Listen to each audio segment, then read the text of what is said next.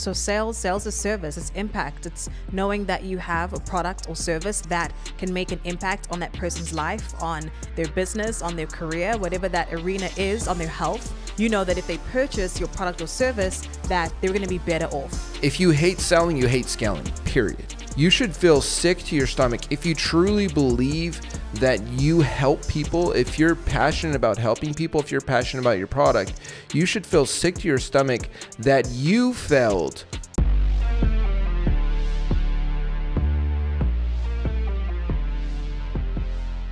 Welcome to the Takeover with Tim and Cindy, where we show you how to dominate every area of life and business. Let's get winning.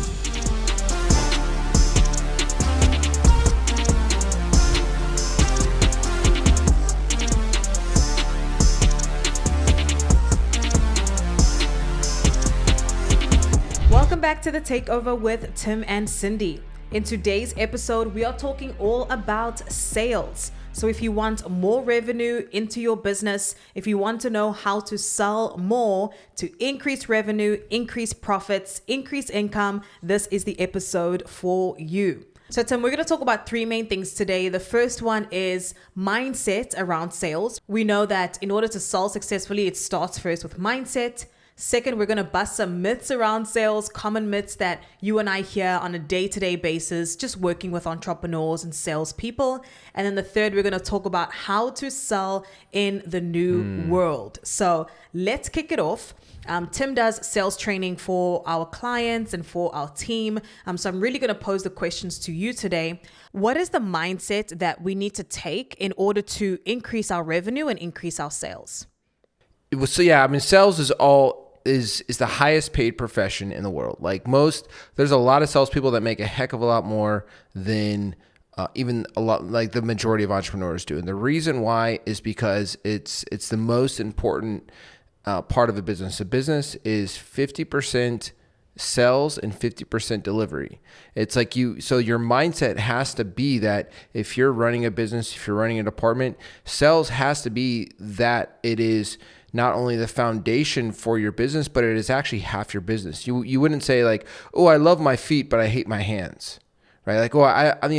We really love our product delivery, but we hate the sales part. So number one, you have to see sales as the foundation. It's literally half of the company is selling product and delivering product. It's that's what a company does, right? It makes a promise, it fulfills a promise. And so that's what sales does, number one. And number two is you have to see sales as service. Yeah. Right? If you truly believe that your product can help somebody, if you truly believe that they are better with you in their lives than they are without you, that you believe that you can solve their problem, and then it actually becomes a moral and ethical duty for you to convert this person who needs your help into a paying client so that you can actually help them. So that's number two, is that sales is service. It's super important to make sure you have that foundation, that number one, you have to love sales because it is half of what your business is or half of what your department is. It's without sales, you don't exist. And then number two is that sales is service. Yeah, absolutely. I remember when I first started my coaching business, going from being a consumer, never doing sales in my life, to then shifting to having to sell myself. I did struggle with that tension of having to sell, right? And the mindset that you take around sales and a lot of the myths that, as consumers we feel around sales, making that transformation now into working as an entrepreneur, having to sell myself, having to sell a service. When I heard the phrase of sales is service, that transformed how I not only viewed sales, but it allowed me to really step fully into loving sales and not only the revenue that it could make me, but the impact that came with it, right? So if anybody's listening to this and you are struggling with wrapping your mind around the fact that sales is good, the fact that you need sales in your business to grow your revenue, if you are having that tension, I think looking at sales as service is a way to kind of overcome some of those mindsets and beliefs that we may have around sales and it being potentially a negative thing, right? Because a lot of us have preconceived notions of what sales is. And I think when we can take that mindset of sales as service, that person is better off if they take advantage of your products or if they take advantage of your service, that allows you to kind of prioritize sales a lot more. At least for me, that mindset and that approach, that phrase around sales really helped transforming how I operated in the business. 100%. I love that you said that. And if you hate selling, you hate scaling, period. And if you don't feel sick to your stomach when you say you're on a sales call or somebody came to your office, or if you do online sales and they didn't purchase your product, you should feel sick to your stomach. If you truly believe that you help people, if you're passionate about helping people, if you're passionate about your product, you should feel sick to your stomach that you failed to persuade or to influence this person to join up with your program if you know that you can help them.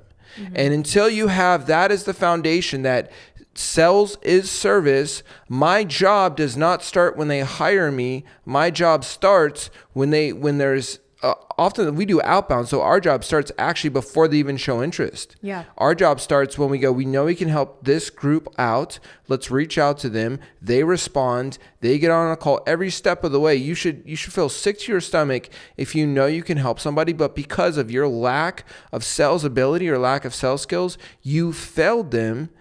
And when you can get to that point, I promise you that sales becomes easy. Sales becomes effortless because you're willing to do the work before the call, before the website visit, before they come to your store, whatever that is. You're willing to put in the work to really make sure your sales process is dialed in.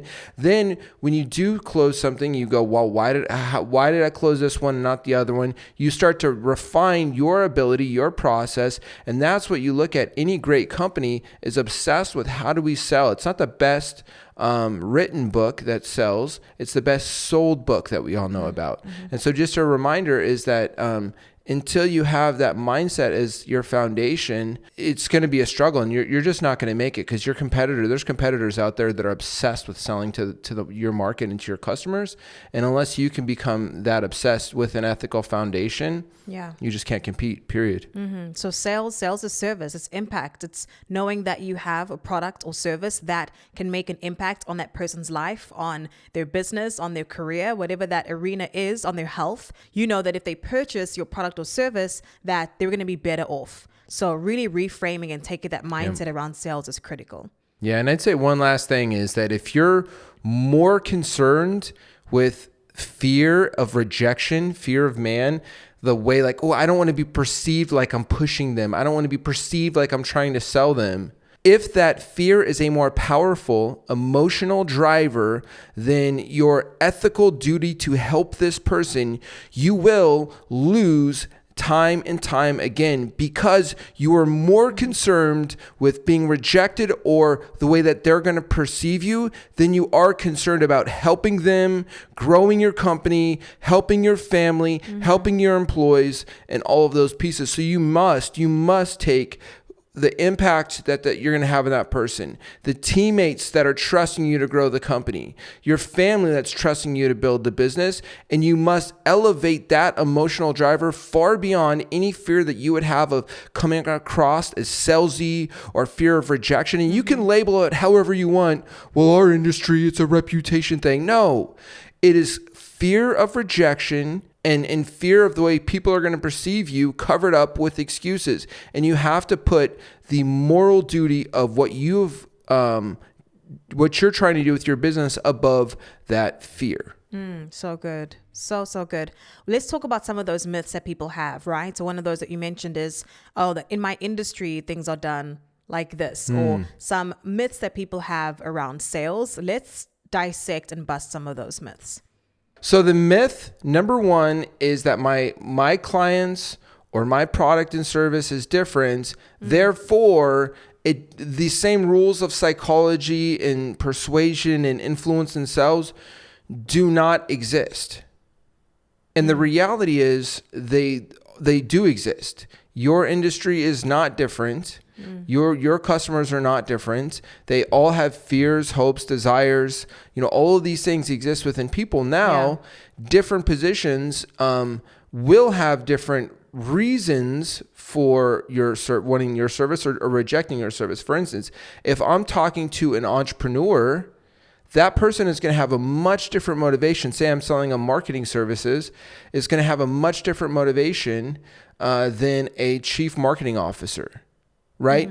The reason for the owner of the company to hire me is different for, say, social media services, is different from the reasons that a chief marketing officer will hire me. Okay. Like, so if I think of the owner sees this, they're going, how do I build revenue? How do I hit this goal? How do I increase influence? How do I build this big empire? Whatever. Or if it's a lifestyle entrepreneur, it could be different. But, their motivation, whereas a CMO, their motivation is, I don't want more work. If I hire this person, are they going to put more hours on my week?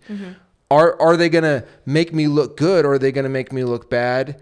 And yes, one of the ways that looking good or looking bad is the outcome of the product. But the third part is the CMO also is going to be like, are they going to threaten my job? Like if this person comes in and crushes it, are they going to actually make my job potentially irrelevant? And so you have to understand humans are humans. The process is the same, but you have to also understand, depending on the role of a person, like you have to understand that they're going to be motivated for different reasons. Yeah. So it's as simple as this. What does somebody want? And what's keeping it from keeping them from getting there? What's the cost if they don't get there? Those three things. What do they want?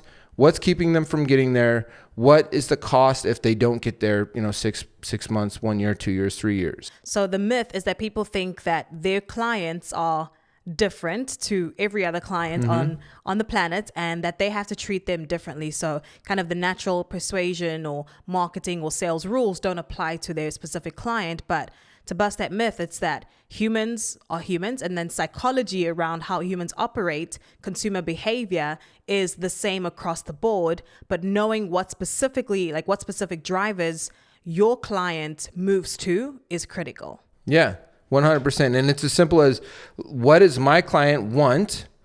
If it's a CMO, they're going to want something different than the owner of the company. What is keeping them from getting there?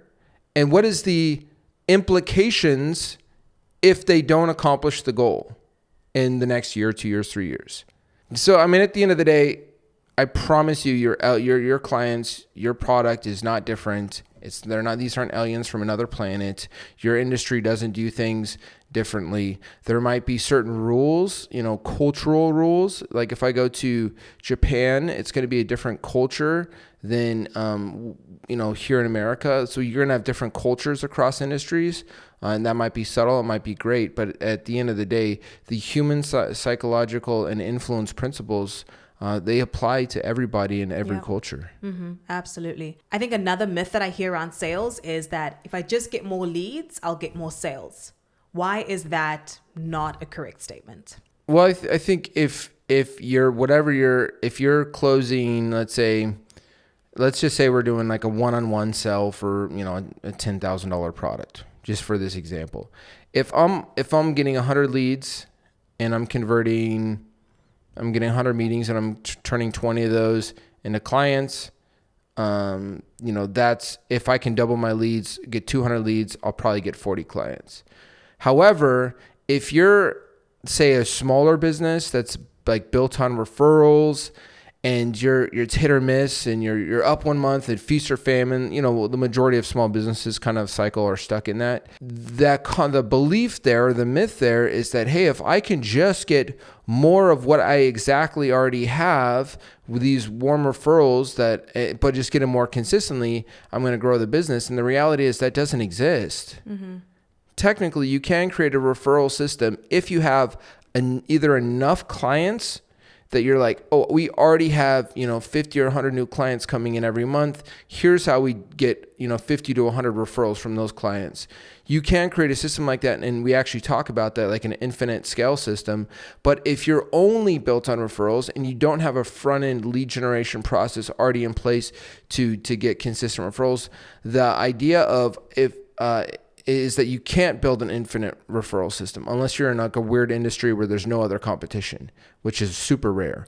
But to think like, oh, I've got these inconsistent leads coming in, one here, one there, up 1 month, down another month. The thought is if I can just get the right type of leads to come in, well, I can surely grow and scale. And the reality is if you're used to referrals where they're warm, they're ready, they already trust you, they already have a need, your friends told them like, hey man, you got to go with Tim, then like you're going to be in for like a cold shower and bath when you go ahead and set up lead generation, because when you now go out into the marketplace, you have to have a totally different sales process than people that are already coming to you with a budget, already want to work with you. They already know what you do. They already like you. They already trust you.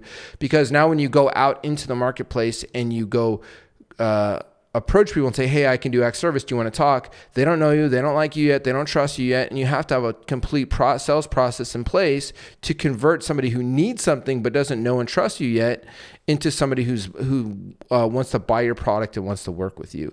And so I think that's the biggest myth is, oh, if I can just get warm enough leads, then I can grow. And I've seen people just stuck for 2, 3, 4, 5, 10 years because they keep looking for these magical leads that they don't exist. You have to build lead generation systems, sales systems around being able to go out into a marketplace of people who don't know, like, or trust you yet, and then turning them into people that trust you now and want to do service and want to do work with you now. Yeah. I think so. Often the people that are saying if I get more leads, it'll lead to more sales is people that have a very small data set, right? So say that I've had 10 people come through my door and 6 of them bought because these people were very warm, right? Maybe they came from referrals. So that they're trying to use that same principle of, okay, if 10 people come in and 6 of them I'm able to sell, I have a 60% close rate. Or if you just give me 100, I'll get 60. Yes, right. yes, and so it's like that you have such a small data set and you're trying to apply that onto a larger scale, but it doesn't translate that way, especially if you are going, say, from 10 to 100. The majority of those 100 are probably coming in from outbound or from cold or people that are not as warm as an audience, right, as the smaller pocket. So I think it's understanding more leads does not always equate to more sales, especially if you are trying a different lead generation avenue or you are testing a different audience. That's not always going to translate. There's a lot more factors that come into play when looking at it that way. Yeah, I 100% agree. I mean, I think you said everything that I said, but way better and way more concise. So can you just do the rest of the show today? No, you're the sales expert.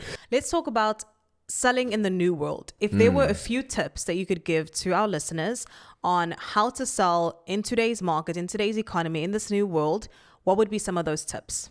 Yes. To preface, I'm going to go into 3 things that really is really important in today's world. To preface, in one sense, it's easier than ever by far to get clients and to grow your business. Without a doubt. There's more technologies, more service, more everything to get clients. But there's also more complexity. So in this new world, you have to be very, very clear on these 3 things. Number 1 is that the consumer has the lowest level of trust than ever before. There's so much fear and worry and uncertainty around, is this a scam? Am I going to get ripped off? Will this work? Will this not? So there's so much fear and worry around, can I trust this person? So you have more ways to access and get in front of your customer than ever before, but you have more fear and distrust than ever before. So number 1 is you have to be able to have a skill. If you have a sales team, then you have to have a sales team that has a skill to be able to build trust quickly and get them to convert. If it's an online store, you have to have a way to build trust quickly to get them convert. Whatever your company is, if you want to go out into the marketplace and bring in clients, which is the only way to have certainty in all economies, you have to be able to, number 1, have a sales process that quickly builds trust and confidence in your product. Number 2 is that the customer has more options. They're more informed than ever before. This is where you have to be able to take leadership in the sales process and give certainty and clarity. I'll give an example. If you go to a restaurant and there's like way too much stuff on the menu, and it's just like pages and pages and pages of food items, what happens? You get what's called option fatigue. There's an overwhelm, which you don't actually know what to choose. Yeah, you don't know what to choose, which creates like you end up not choosing anything. So you have this a lot where customers will go and they do research and they do research and they do research and they try to check this and they check this, and they actually leave more confused about what works and what shouldn't. And so they just default to probably what's comfortable, the cheapest product, which we know the cheapest product rarely actually works, right? So they jump from cheap product to cheap product. But if you go to a restaurant and there's a really good server there that you like, that you trust, that has confidence and certainty in what's good, and they're like, hey, you know what's really good is this thing on the menu. When you can have this overwhelm, when you can find somebody that has confidence and certainty and leadership to point you in the right direction, you're like relieved. Right? Oh, this is good. Customers love this. Every time I've given this to a customer, they've loved it and they've thanked me for it. Right? So you have to be able to be that for your customers on 50 different calls with 50 different, and they're searching around. You have to be able to quickly build trust and authority, and then walk in absolute clarity and certainty to be able to say, you know what? Most of the industry is doing this, this, and this. That's not working. Here's why that's not working. And what we always suggest is this thing. And I tell you what, every time we've had our client do this product, it always works. Yeah. And for what you're doing, it will absolutely work. In fact, I signed up 3 clients last week, got the same thing. They're already getting X results now. So good. To be that confident server in a restaurant that tells people this is the best thing on the menu, and then people buy that. Yep. 2 words: clarity and certainty. If you can have absolute clarity in an option fatigue world, clarity brings it down to less options, and certainty, this option will work for you. And I've seen it work for all my clients. People are hungry for that. Yes. And if you're leaving it in, well, you tell me what you think. Let me send you 3 options and a proposal and get back to you. Like, how many times have you heard a client, oh, we've got 30 proposals out. We've got 30. I'm hoping that the client closes themselves. No, it never works. It never works because we're leaving it into the hands of the prospect. And as you mentioned, if they have too many decisions, they're not going to make a decision or go with the cheaper option. Correct. And so I love those examples. It's very, very clear. You have to have that clarity and that confidence. And even as you mentioned at the end there, you have to be the one to close the prospect and not leave it to them to decide. If you do not close them and you're letting them walk away and think about it, what you're in fact doing, we talked about this before, it's you're ethically failing them because you are allowing somebody to walk away and try to make the right decision to solve a problem that they've not been able to solve. You have a solution that you know how to solve this problem. You have all the right information. You know it'll work for them. They don't know it'll work for them. They're uncertain. They've tried things. They've never been able to fix this on their own. So you're then again leaving it in the hands of a person who's never solved this problem to make the right decision on solving this problem. So That's a disservice. It is a massive disservice. Yeah. 100%. And I can't tell you how many times we've seen with our sales team where somebody pushed, they went the extra mile, they handled objections. And we're really good at handling objections in a very smooth way. That works very well in this new world where people will thank you. We have people thanking our sales reps for saying, thank you for going the distance. Thank you for handling those objections. Thank you for overcoming our fear on this because we signed up.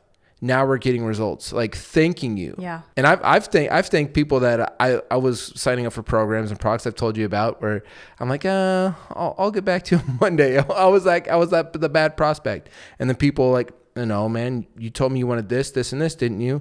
Now we have the product on the table and you said it's what you need, didn't you? Yeah. So what's waiting till Monday going to do? Nothing. Okay. So let's get you signed up.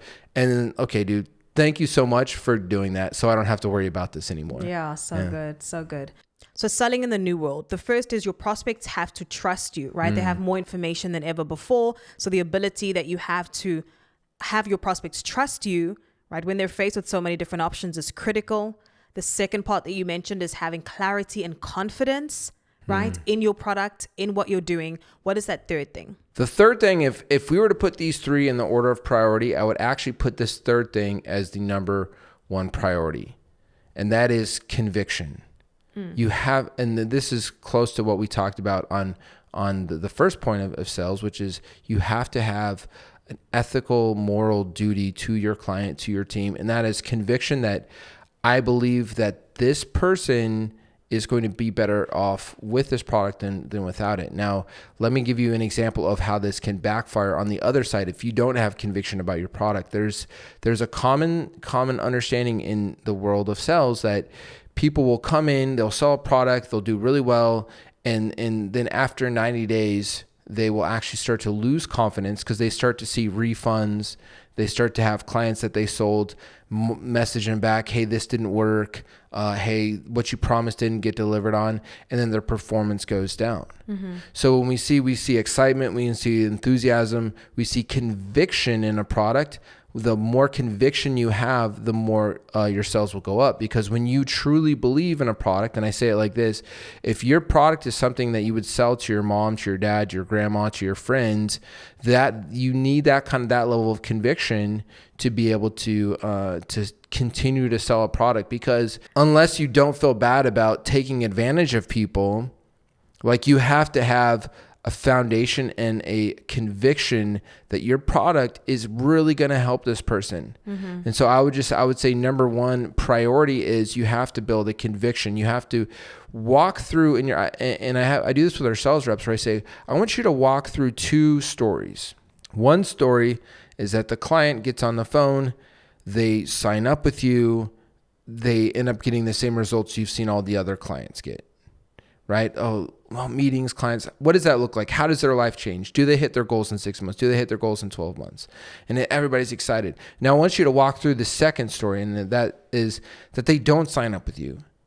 And then they keep dealing with their problem, or they go to a competitor. And we know in our industry, most of our competitors are going to fail them big time. Yeah. And so I want you to walk down that path, the dreams, the hopes, the desires that this entrepreneur had, the family, the team that they're supporting. What happens to their family? What happens to them? What happens to the clients that they could have helped but didn't?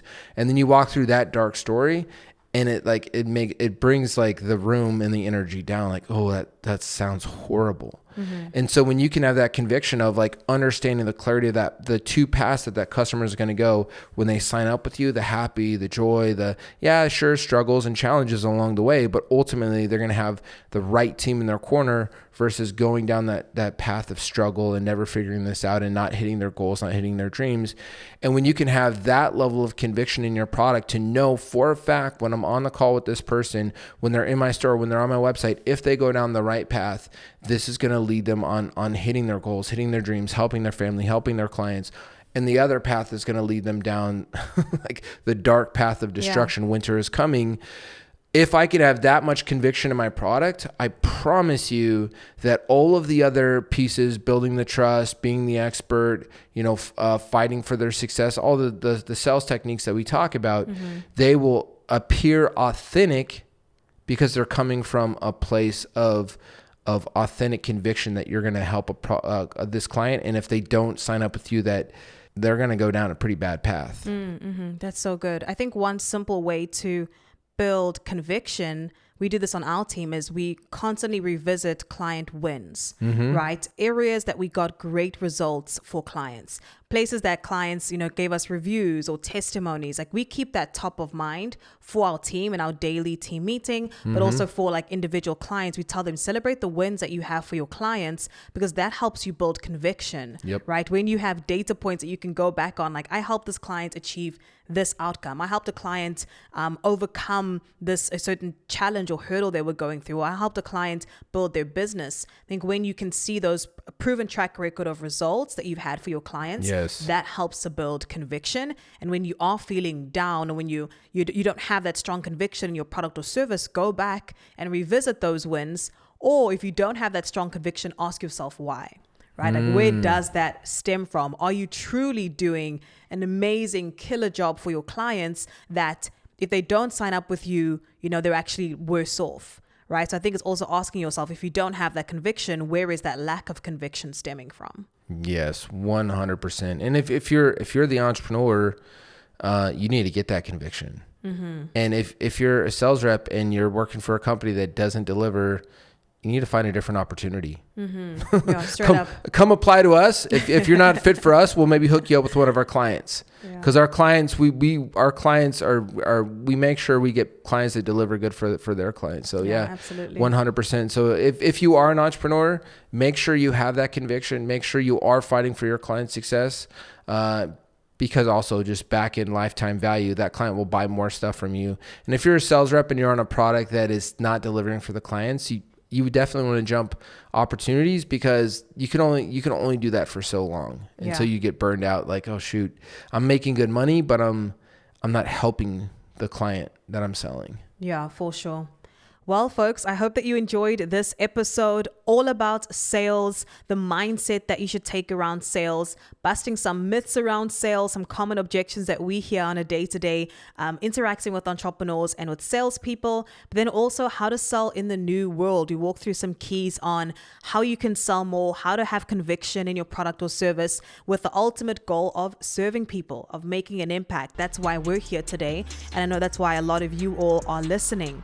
If you are watching this on YouTube, make sure you subscribe to the Takeover wherever you are listening. And of course, share this with another entrepreneur or another salesperson that you may know who would benefit from hearing about sales. This is the Takeover with Tim and Cindy. Stay winning.